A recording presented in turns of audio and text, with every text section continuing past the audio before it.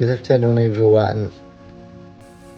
At the moment, we are here at the Aotearoa Dam. It is located on the Waikato River, just north of the Taupo on New Zealand's North Island. It was constructed between 1959 and 1964 by the New Zealand Electricity Department, with an estimated budget of around 2 million New Zealand dollar at the time.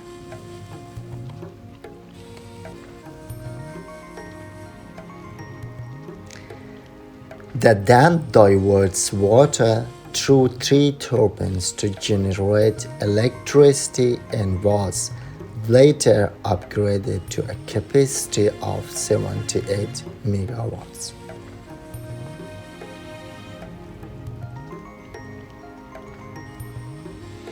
Producing around 331 gigawatts per hour annually. It is enough to power about 90,000 homes.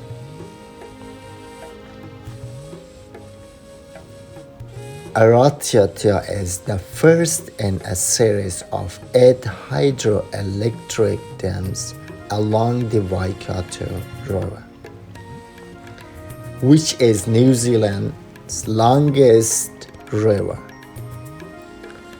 Across the country, there are over 100 hydroelectric power stations. And hydropower contributes approximately 55 to 60% of New Zealand's total electricity generation.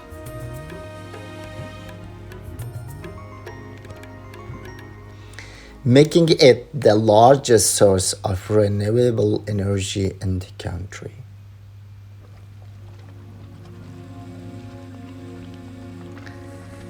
The Aotearoa Dam is not only an important power generator, but also a popular tourist attraction.